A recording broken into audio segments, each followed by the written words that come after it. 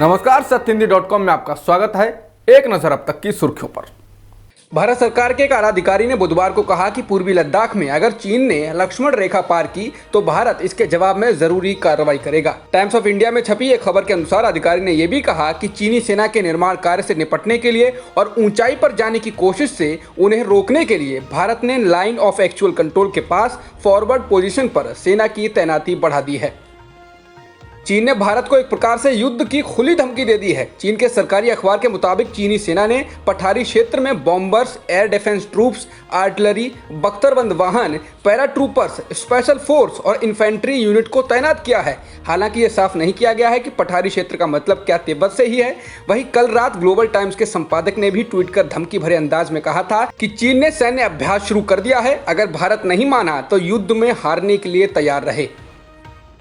France से खरीदे गए रफाल लड़ाकू विमान गुरुवार को औपचारिक तौर पर भारतीय सेना का हिस्सा बन गए हैं। इस दौरान अंबाला एयरबेस पर रक्षा मंत्री राजनाथ सिंह के साथ फ्रांस की रक्षा मंत्री फ्लोरेंस पार्ली भी मौजूद रहीं। बता दें, इसी साल जुलाई को 5 रफाल लड़ाकू विमानों का पहला दस्ता भारत पहुंचा था। ये 5 विमान साल 2016 में भारत और फ्रांस के बीच 36 रफाल लड़ाकू विमान के लिए हुए 59,000 करोड़ रुपए के करार का हिस्सा हैं। बता दें, फाइटर जेट का अगला दस्ता इस साल अक्टूबर तक भारत आएगा और आखिरी दस्ता साल 2021 के आखिर तक मिलेगा। सरकार ने कर्मचारी भविष्य निधि संगठन यानी ईपीएफओ यानी पीएफ के ब्याज को 2 किस्तों में देने का फैसला किया है। पीएफ के 8.5% के ब्याज में पहले 8.15% और बाद में 0.35% का भुगतान किया जाएगा। 0.35% का भुगतान दिसंबर तक होगा। वहीं एनडीटीवी की खबर के अनुसार कोरोना संकट में आर्थिक परेशानी का सामना कर रहे लोग पीएफ का पैसा निकालने को मजबूर हो रहे हैं। इस समय पहले से 50% ज्यादा लोगों ने पीएफ से पैसा निकाला है। लोन मोरेटोरियम मामले की सुनवाई करते हुए सुप्रीम कोर्ट ने केंद्र को 2 और हफ्ते का समय दिया है और कर्जदाताओं के ऊपर से ईएमआई के बोझ में राहत देने के लिए कुछ विकल्पों के साथ आने को कहा है। कोर्ट ने कहा कि इस मामले को बार बार टाला जा रहा है, अब इस मामले को सिर्फ एक बार टाला जाएगा और वो भी फाइनल सुनवाई के लिए। इस दौरान सब अपना जवाब दाखिल करें और मामले में ठोस योजना के साथ अदालत आएं।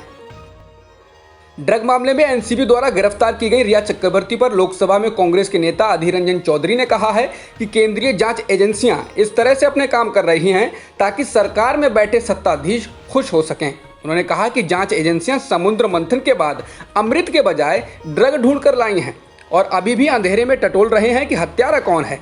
कांग्रेस के सांसद ने कहा कि रिया के पिता सेना के अधिकारी रह चुके हैं और देश की सेवा की है। रिया एक बंगाली ब्राह्मण महिला भी हैं। उन्होंने कहा कि सुशांत को न्याय की व्याख्या बिहारी के लिए न्याय की व्याख्या नहीं होनी चाहिए। अभिनेत्री अंकिता लोखंडे ने अब कहा है कि मैंने कभी दावा नहीं किया कि सुशांत सिंह राजपूत की हत्या हुई है, लेकिन मैं ये जरूर चाहती हूँ कि मेरे दिवंगत दोस्त और उसके परिवार को न्याय मिले। ड्रग मामले में गिरफ्तार रिया चक्रवर्ती ने मुंबई की अदालत में दायर अपनी जमानत याचिका में आरोप लगाया है कि नारकोटिक्स कंट्रोल ब्यूरो यानी एनसीबी द्वारा पूछताछ के दौरान उन्हें दोष स्वीकारोक्ति वाले बयान देने को मजबूर किया गया और वो अपने बयान वापस लेती हैं। सेशन कोर्ट में दायर याचिका में रिया ने यह दावा भी किया कि उन्होंने कोई अपराध नहीं किया है, उन्हें इस मामले में फंसाया जा रहा है। भारत में एक दिन में अब तक के सबसे अधिक कोरोना संक्रमण के मामले दर्ज किए गए हैं। स्वास्थ्य मंत्रालय के अनुसार पिछले 24 घंटों में 95,735 नए मामले आए हैं और 1,172 लोगों की जान गई है, जिसके साथ ही देश में कोरोना संक्रमितों का कुल आंकड़ा 44,65,000 से अधिक हो गया और मृतकों की संख्या भी 75,000 से ज्यादा हो चुकी है। फिलहाल एक्टिव केस 9,19,000 के पार हैं।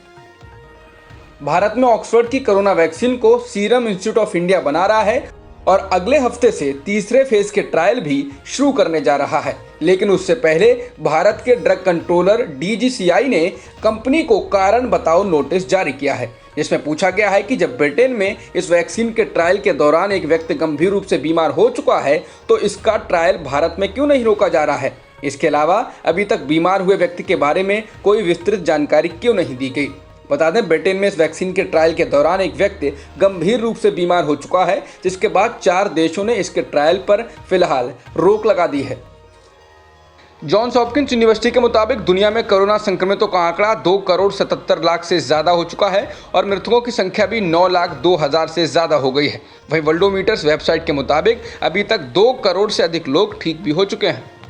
जॉन्स हॉपकिंस यूनिवर्सिटी के अनुसार अमेरिका में कोरोना संक्रमितों की संख्या 63,59,000 के पार हो गई है और मृतकों की संख्या भी 1,90,000 से ज़्यादा हो गई है।